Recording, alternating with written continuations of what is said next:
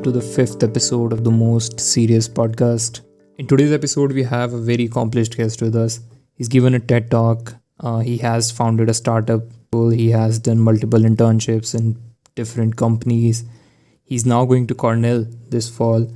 We'll talk about him, we'll talk about his journey and some really cool learnings that he picked up along the way. Let's get into the episode now. So here we are with the fifth episode of the Most Serious Podcast. And this episode is, I think, it's going to be really special because we've had this is the most accomplished guest that we're having on this episode till now, and I'm super excited to talk to Abhishek, and we'll get to know him through this episode. We'll get to know what he's done in his life and what makes him such an interesting guy to talk to. Welcome, Abhishek. Yeah, thank you so much for inviting me on here. And it was awesome. You said, interesting life. I'm thankful that you think that. And yeah, happy to talk about some stuff. Thank you for inviting me. So Abhishek has been a very proactive person in his college. He's done startups, he's done internships, and now particularly, I think the most interesting part comes that at the end he's going to Cornell and for his master's. That's just an amazing achievement. A guy from Delhi going to New York. So Abhishek, congratulations on it. And let's start right here. Also, let's start at the part where you get to Cornell. So when did this? When did you think of getting a master's or thinking of going abroad for your higher education? Yeah, so I think I would take you back to 2017 when I finished my high school, when I finished grade 12. At that time, I wanted to go abroad to pursue a bachelor's um, in computer science, and that is the reason why I did not take the IIT exam, and also because I thought I won't clear it, obviously. But yeah, so I had this plan that I will be going abroad for studies. I really want to check out the culture and how different it is compared to India. So I would say it was a plan all along the way since grade 12.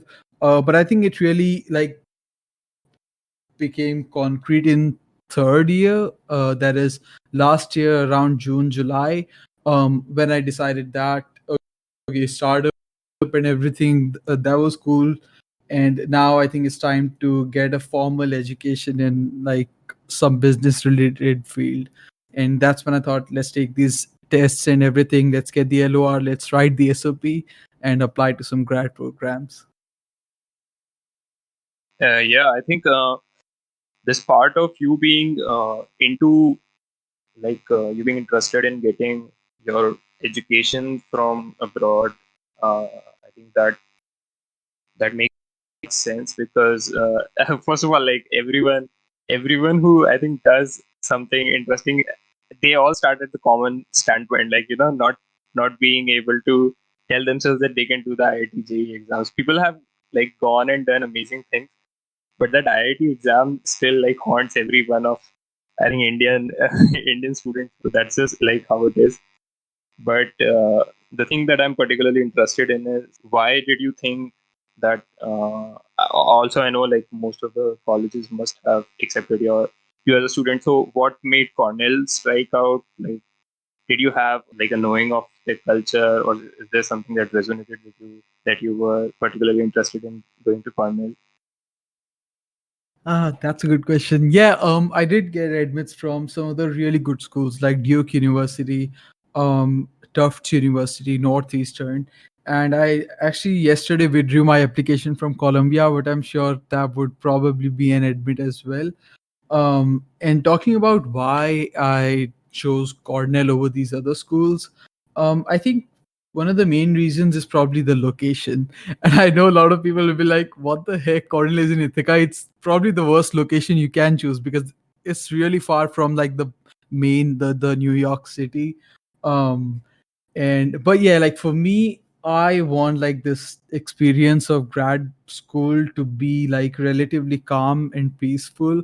I've been in the city rush, I've been living in Delhi, So yeah, I really wanted to be in a chill place, and Ithaca is known to be a heaven, like heaven on earth, and that's what I'm really interested to check out. But like on a serious note, for me, it's the international recognition of Cornell, and obviously since it is an Ivy League school, and for someone who is into entrepreneurship and who has been in this space, the Ivy tag kind of helps a little bit. Not to bash on any of the non-Ivy schools, but for me, I just think I considered like the Ivy education to be something special, and I'm really excited to see how it turns out. Um, and also, like, I don't plan on living in the US. Like after graduating, I will probably work during the OPT period for 2 years, and then I'll move out of the US. I don't really want to settle there. So Cornell having a good international recognition, especially in the European countries, that's why I thought it would be the right fit for me. The location part would now satisfy you in terms of being peaceful, quiet, and I think less populated also. So you mentioned entrepreneurship, entrepreneurship, and you've pursued it. You've had a startup and it was successful. You were also, I think, I might tell our audience who are listening to this, Abhishek was in the top 50 Asia young tech leaders or something. So how did that happen? What's going on there? Like, when did this entrepreneurship pursuit start? What was your motivation behind it? Tell us about that. Yeah, wonderful question. You kind of mixed up all the awards I got, top 50 Asia and everything. Yeah, so those are like three, 4 different awards. So we've been fortunate to get those. Um, and okay, talking about how it started, I was in, I think, second semester. It was the end of the second semester. The beginning of the third sem in October 2018, and that's when I like felt like I was fortunate enough to have done a number of internships and worked with a number of people. And when I compared myself to like my batchmates and my friends, they couldn't find even a single internship or a single project to work on. So that really made me think on like, why does this happen? And when you really think about it, it's clear that during the interviews, most of the employers will hire someone that has more experience. So for freshers, it really becomes a matter of luck to get selected. And that's why at that time I had the resources. I was working with a lot of people. I had a lot of projects. So I thought, how about I just start a company and give opportunity to those who don't have work ex but are really passionate about what they do. So that's how it all began. I didn't have in mind to make any company or like to do things that would one day lead me to a TEDx platform. But yeah, that was the beginning. That was the reason why I started Bird. Amazing. I think honestly, like all of these startups or the pursuits that go on to be a bit successful or that tend to be more value creating are often began from the idea that they don't particularly expect much monetary wise or you say like recognition wise, because that is a very positive way to start a project or a company or something like that, because it doesn't give you the expectation or it doesn't drag you down when you're not performing well or when it isn't giving you as much as you're putting in it. So I think the reason why you started was very positive. That's why it went on to be a successful pursuit. So and you mentioned internships. So why do you think like internships did help you get some real world skills? And what were your experiences like when you were doing your internships and all? Mhm. Yeah, I think that internships for sure, like they help you get the real world experience. Totally. But again, like it depends on what kind of company you're working with. In India, it's just a little sad to see that there's a lot of people that will hire you um as an intern, but then also like expect you to work like a full-time employee. Um but yeah, I think like that can be seen like from a positive perspective, that you get to learn a lot. and you're able to grow yourself as a person as well as in your career. So yeah, in my case, I worked with so many like companies and different people. Just to name a few, like I was working with International Organization of Software Developers. I started a chapter of their organization in my college, and I worked with with Amahi in Google Summer of Code. And like there were a lot of different like small projects. I worked with 2 3 firms as an iOS developer. Like that was the initial journey, and right now in fact I'm working as a product manager at Famwork, which is a healthcare startup, and with Nutrify, which is a sustainable startup based out in San Francisco. So I think I've always felt like internships are for sure a really really good way to gain experience. Plus, you must have heard this from like I think Gary Vee, who said that you can just go to a person and say, "I'll work for you for free. All I expect is you to teach me something," right? So yeah, that's something that I like really value, the mentorship part of any like project or internship that I'm doing. And so for sure, it did help me a lot in my journey. So a normal person listening to this, Abhishek, has to wonder that why can't this Abhishek sit down and relax, have a cup of coffee, watch some TV shows? Why does he do all these internships? Why does he do all these projects? What's that inner fire, or would you say like inner like thirst for learning more, curiosity? Why is it, or what is the main reason behind it? You think that you were particularly into so much of the things that happened during your college life? Oh, that's wonderful. Wow, that's awesome. I would say like I don't like, maybe it seems like I work all the time.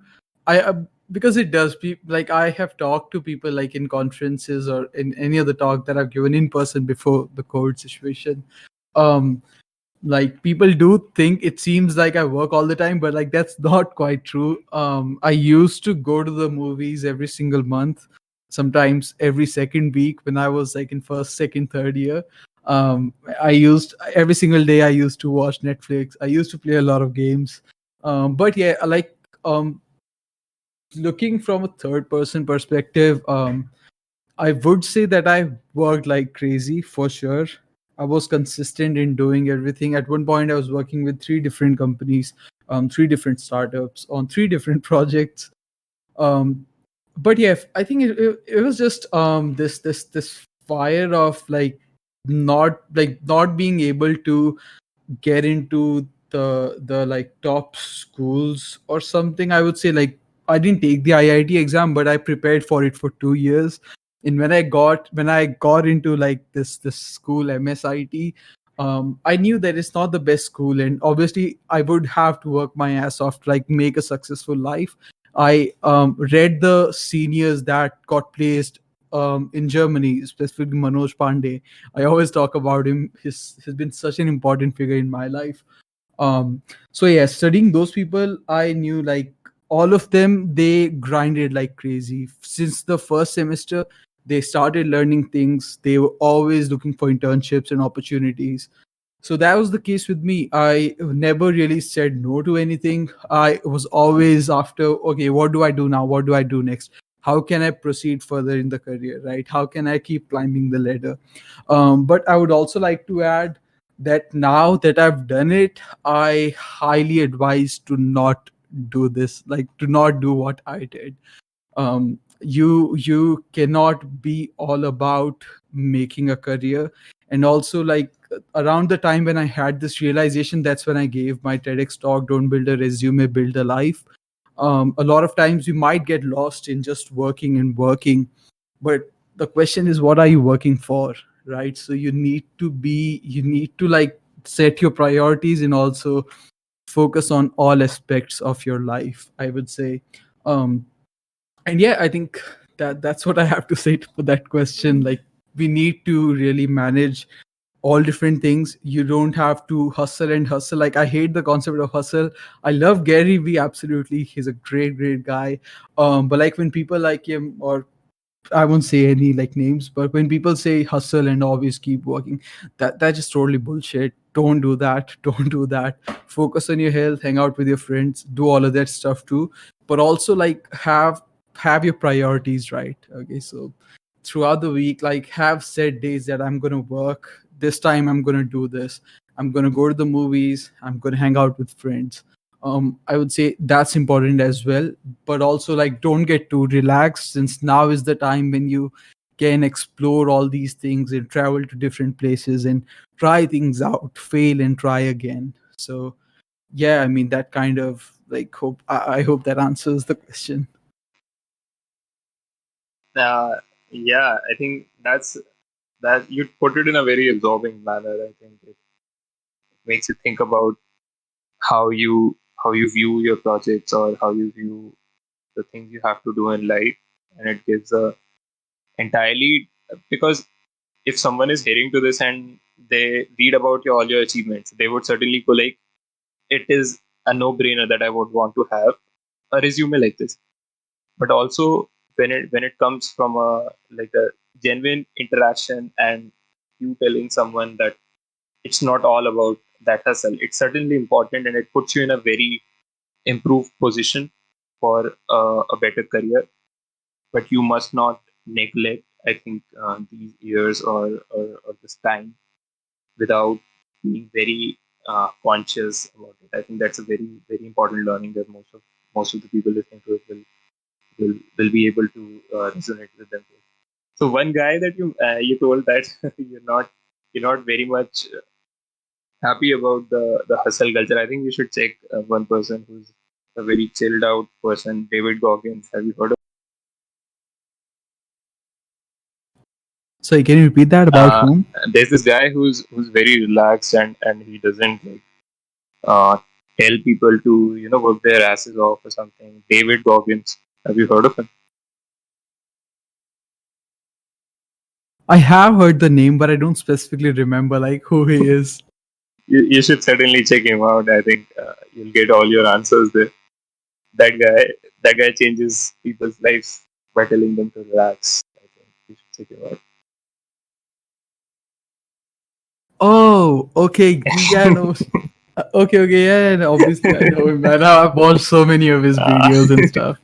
Obviously, I know him. He's such a great kid. Yeah, yeah. for sure. So Abhishek, now I think that was very kind of you, like the way how you put it, because people often get very blinded by the lights that all these starry achievements and all these great things on your resume. This is what I want. I want to hustle all day, every day. And this would put me in a very contentment kind of stage. So coming from you, I think that gives a good learning for everyone. So now Mhm. everyone, Yeah, and I'd sure, also sure, like to sure. add to it. Yeah, I'd like to add to that something. As I said, like since I have done it, I'm advising you to not do it. And because even though like it depends on how you define success, but like for me, it is about doing the things that you thought you would and doing them right, doing them consistently and stuff.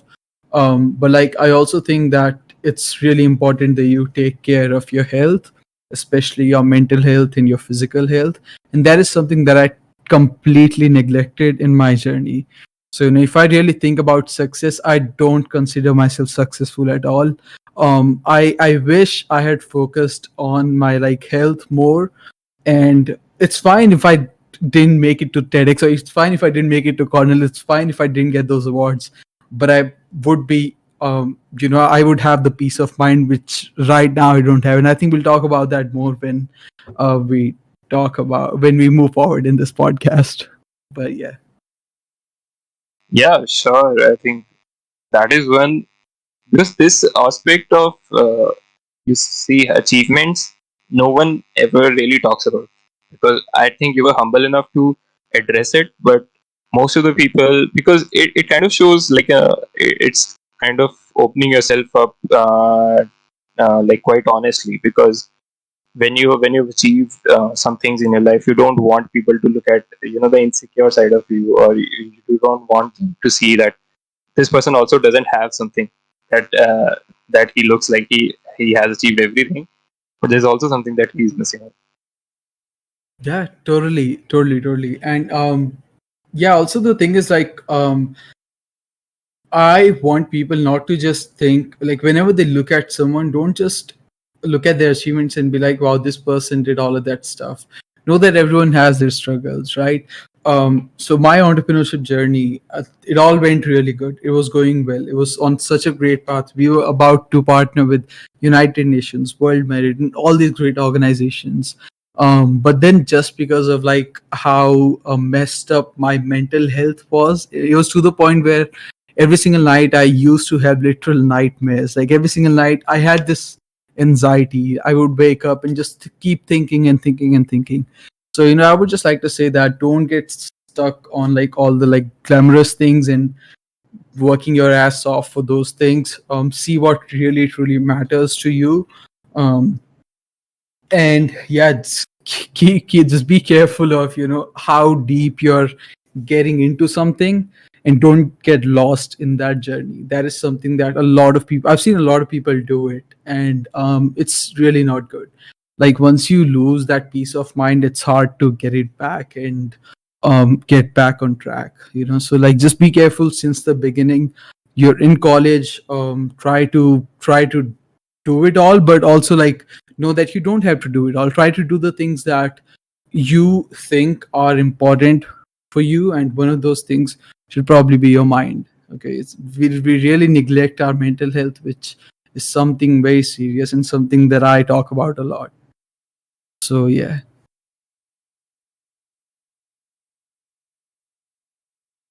I think yes, that puts a nice measuring line to it. You have to hustle all day to make it, or particularly that concept that completely baffles me. Or now it like you proved it almost completely right, that people also, even I'm a victim of it. We tend to think about stuff that if we get this, then we feel content. Like at this point I can name 100 things that I would agree to, that if I get them, then Ripudaman would be completely happy, or I would feel at peace, I would be content. So that is a very important part, like realizing that you won't transform into another human being altogether when you achieve certain things. So you also said pretty much the same thing. Do you think it changes, like it makes you more contented, or it makes you feel like, yes, now I achieve everything, now I can rest, or does that stage ever come at any point? No, it never comes. It honestly never comes. Like I'm like 21 years old. I'm still in college, and so that's why I'm not sure if I can like say much on this, but I'm pretty sure this point will never ever come in your life, because once you achieve one thing, then then you want something else, right? You always want to keep climbing one goal after the other, goal after goal, but like there's no end to it. There's literally no end to it. You cannot. And this happens because we oftentimes compare our journey to someone else's. We think that okay, I'm walking on this path, the other person is taking stairs, and I'm walking on just a horizontal like ground, right? And that kind of messes up your head. So also like don't compare your journey to anyone. Every single person is on their own path. You're on your own path, and there's no point in comparing what you do to someone else's. And for that reason, don't really ever think that you're not good enough, or like you're not doing enough. And realize that it's not always goal after goal. It doesn't work like that.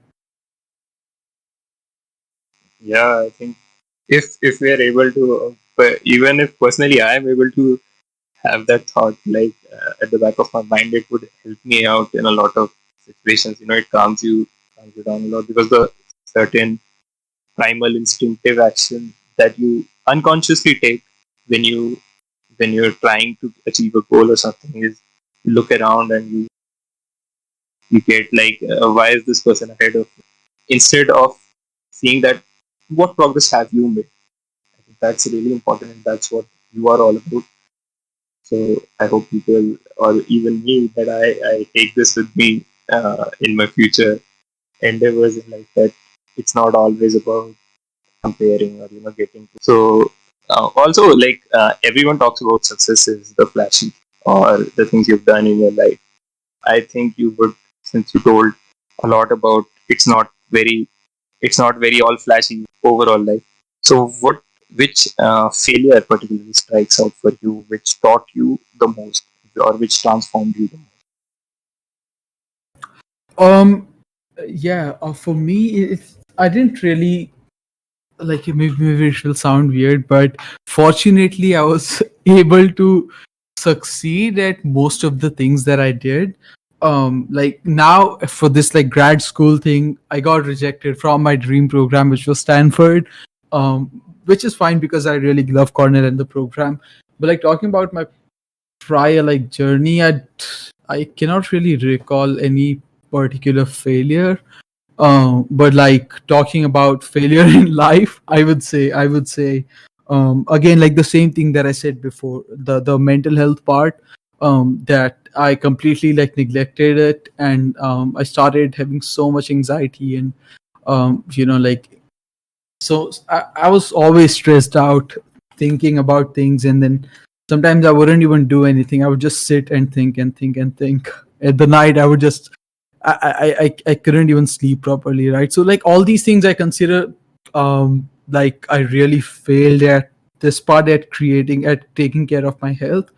And I would also say that I really think about failure and success as something that's the same thing, and I'll explain that. So let's say my journey, right? It made me who I am today. It got me into Cornell, probably. But at the same time, it messed up my brain, right? So we can think of this one journey as a success and as a failure, right? So I had this really, really good mentor that I talked to a lot during my journey when I was running Worked. He used to say the same thing, that a lot of times your strengths are also your weaknesses, because once you like focus on one thing, because of that thing, the focus on something else comes down. And so like that's how it goes. It's hard to like make and maintain that balance.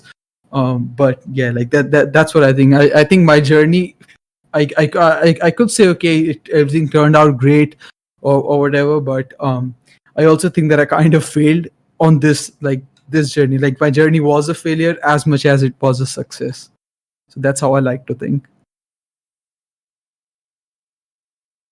Wow, I think that particular line you said, your mentor told you, or you got to know, it was your strengths are, yeah, most probably they are your weaknesses as well, because when the focus entirely shifts or it becomes very polarized on one end, then the other end suffers. That is very riveting, I think. So, Abhishek, like, are there any common myths or things that people from outside of the tech world, or outside of the people like who are in the sphere who want to apply to abroad colleges, that you would like to debunk? Like, people, from my standpoint, it looks like you have to have amazing scores or something. Whether it's like, it's very much in the foggy kind of zone, that what you have to do to make it to a great college abroad. So are there some common myths that you would like to debunk or something?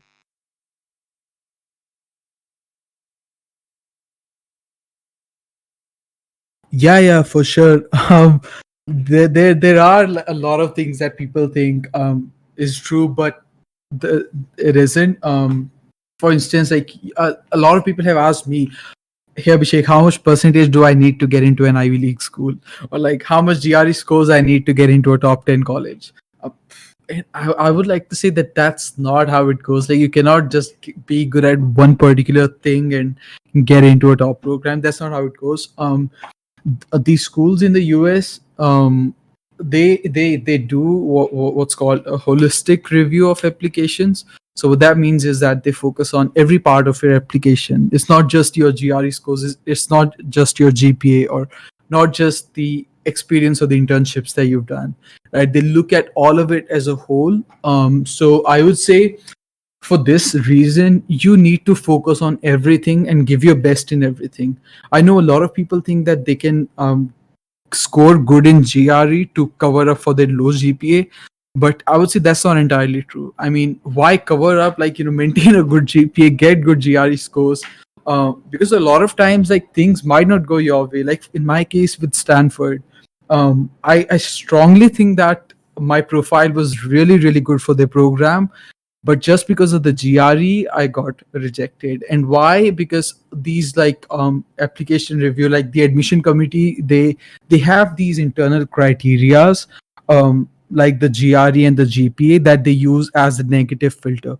So what they do is like they see, okay, this person has this much GRE score, it does not exceed our like set kind of the GRE score they were looking for, so let's just reject their application. They don't even move to the other parts of your application.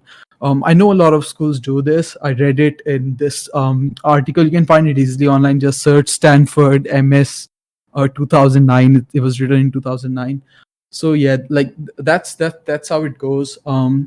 And that's why, like, don't you need to give best in all aspects of your application. Write a kick-ass SOP.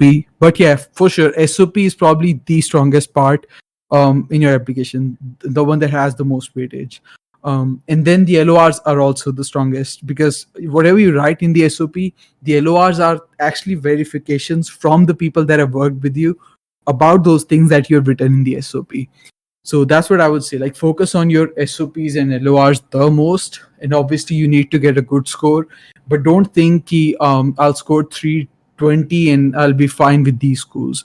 Try to score your best. Why not target 340 out of 340 and try to score as good as you can? And then whatever score you get, you can then apply accordingly to different schools. So that's what I would say. And two, I would say a lot of people think that you need to have work experience, which is not entirely true. And also a lot of people say you need to have research experience. You need to have published research papers and stuff like that. But to that, it totally depends on the program that you're applying to. It totally depends on what school and again what particular program you're applying to. Is it thesis or is it non-thesis? Is it industry oriented? Is it research oriented? You have to look into all of these things. And also don't just go for like the top programs. Like if you've done your bachelor's in CS, don't just go for master's in CS, right? See what particular degree or program can like fit your needs and like help you achieve the goals that you have. And in the US especially, these schools have so many different programs that you can explore. So just go ahead and explore, and be fine with like deviating from the typical path that people follow. Like, I would highly suggest doing that. Right on. That bit of, I think, experience and knowledge would particularly help anyone who's trying to get into an Ivy League college, I think. So now, as we've discussed a lot of academic stuff to Vishek, now I would like to get to know your views, so that makes me understand you as a person, or people listening to this also get to know this side of you. So how do you think about life in general? So one thing that would tell me a lot about you is, are you rather interested in going 100 years in the future or 100 years in the past? Oh man, everything was fine until you asked that 100 years question. Okay, you put me on a pedestal. You put me on the spot. But okay, I'll answer the first one first. The life one, and that's really interesting, man. I a lot of times I sit down and actually think about like life in general. But um, I would say for me, I'm not even sure, because this is something that I struggle with a lot. Thinking about like purpose, like what is my purpose, what is even life, why do we even live, and things like that. But yeah, I would like to share like this thing that I used to do a lot, and even now. I watch a lot of space documentaries and stuff. So like space movies or like documentaries about our galaxy and the universe. And if you really like pour yourself into those type of things, you will realize how insignificant you are. Like, I'm not telling that to any particular listener. You're obviously awesome, but like how insignificant in general we humans are. Because like if you really think about it, this is just the beginning of the universe, right? And to what's known to us humans, there's only like Earth is the only planet which has life on it. um so like if you really think of that on a large scale, how the universe started, how we were created, and how we will vanish when the sun explodes, or the way we are going will kill ourselves probably in the next few years. But yeah, like it won't really matter to anyone. No one will ever know like humans existed or whatever. I mean, NASA is sending out those rockets and things like that, but Voyager and those satellites, but hope they reach someone in something. But in general, like no one will ever really know, nor will they care. If you really think of like on the universal scale, we're like a dot on this, we're like a dot in like the whole. If you consider the whole like Earth ground and put a dot somewhere, like that's what we are in comparison to the universe. So just that realization of how insignificant our life is, how insignificant everything we do is, even if we like go to the Mars, like Mars or other planets or something, it won't really matter on the grand scale of things.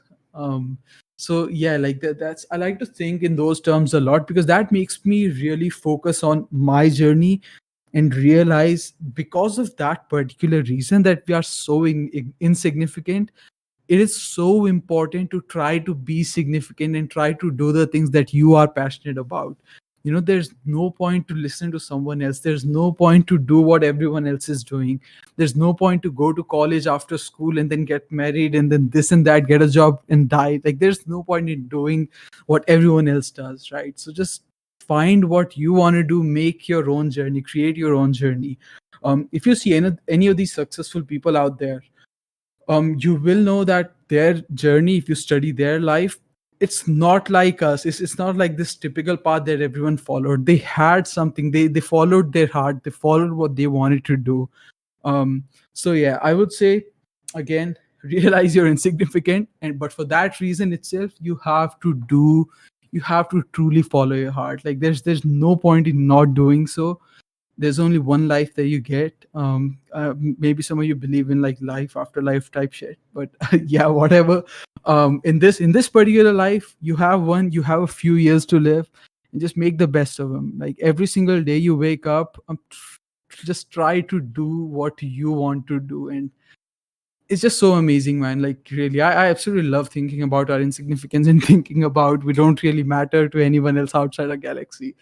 um but yeah, like that's how I think about life. I mean, in general, I'm a really negative person, I'll be honest.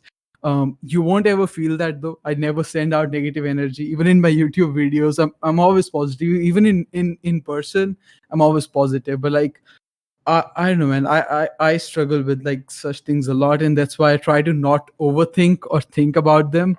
Um, and that is the reason why I probably worked for the last 2-3 years. I just never wanted to like feel low or feel down, but then eventually it all led to that down point. But yeah, I hope the things I said made sense. Following your heart and doing like what you want to do, because there's no point in not doing so. And also like don't think that one thing that you found, that is what you're gonna do your whole life. Like a real small example, I was doing iOS development, right? Maybe people will relate to this since you guys are in college. I guess most of you at least. I used to do iOS development. Then I started my company. I got into entrepreneurship, and now I've switched to product management. So this is also not something a lot of people do. If they've joined BTech, they have this mindset that up to coding hi karna hai. Now they have to do coding and get into the FANG companies, and there's no point in doing so. You've never even explored what other things you could do. Maybe you'll be more passionate about writing music, just for an example. So yeah, that's what also like I love focusing on. The explore mindset, adopt the explore mindset, try different things. There's so many things in this world that you can do. So don't try to find that one thing that you want to do. but do a lot of things and like kind of knock out the ones that you don't want to do. Like that's what it's about, keep exploring and yeah, build your life, don't build a resume, I guess. That that insight, I think it resonated with me a lot when you told our insignificance, and particularly that bit that someone who's listening to this, you're not. He's not talking about you in general. You're not insignificant. You're awesome, buddy. Keep doing what you're doing. But the insignificance puts your life in perspective, because we think about us a lot. We think that the world revolves around us sometimes, and that puts a lot of mental baggage or pressure on you, because you're always like in the spotlight. You're always thinking all eyes are on me. Oh, what a miserable life would. And when you look at the scale at which the cosmos operates, it puts you your insignificance reminds you that there's no point in thinking that all attention is on you, because it doesn't matter, honestly. Yeah, for sure. And I would also like to add that we think a lot about what other people think about us. And I'll be honest, man, nobody gives up. Again, okay, the way I'm putting things, it's so brutal. No one cares about you. You're so insignificant. But what I'm saying is, if you think that people really care about you, well, how many people will? Like, you meet around what, 10, 20 people in a day. When you go to school, when you go to college, you meet what, 100 people on a day. There's 7 billion, more than 7 billion people in the world. So like even if people care about you, there's going to be 100 or maximum 1,000 people that will give a fuck about what you do or your life.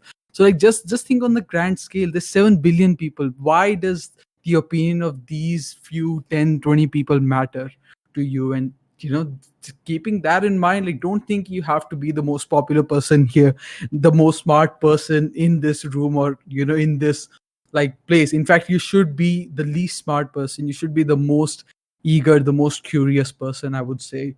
But yeah, like don't ever think about what other people think about you, or how they would, what opinion they would hold about you or your life or the thing that you're doing, and just do you. That's it. I cannot focus on this enough. Just do you. And even if anyone gives a fuck about you, there's 7 billion people, right? Give them a month and they'll forget about it.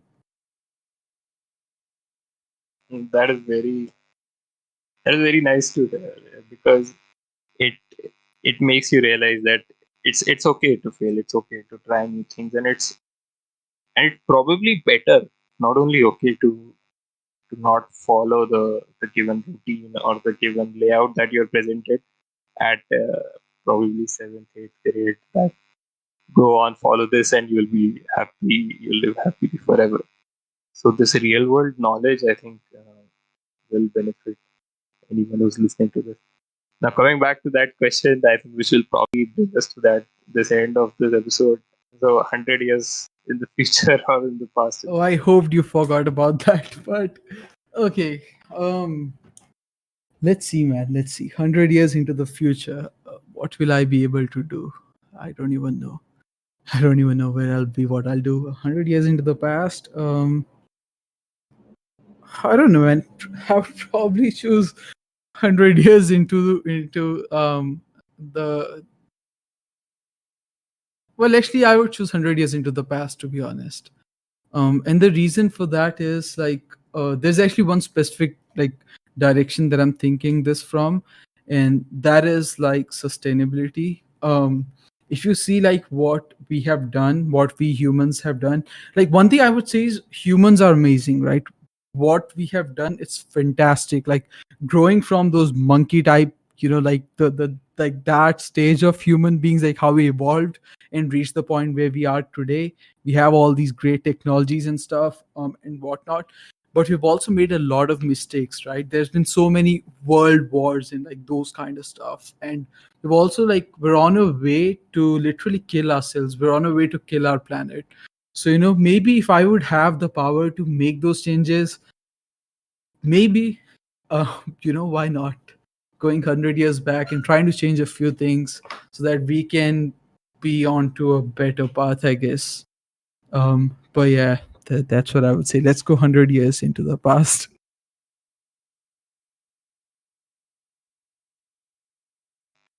So amazing. It was.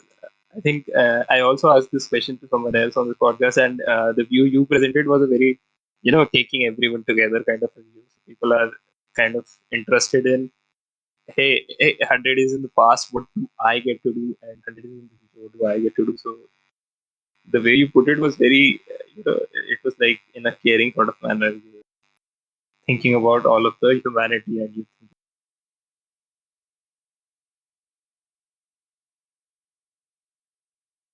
Yeah, I mean, I guess because if I go 100 years into the future, sure, I'll be able to maybe like drive around a flying car or something, but will I probably the planet will be dead by then. Like you'll be standing on a literally on dust, I guess. Because how we're going, we're not going to survive for more than a few decades.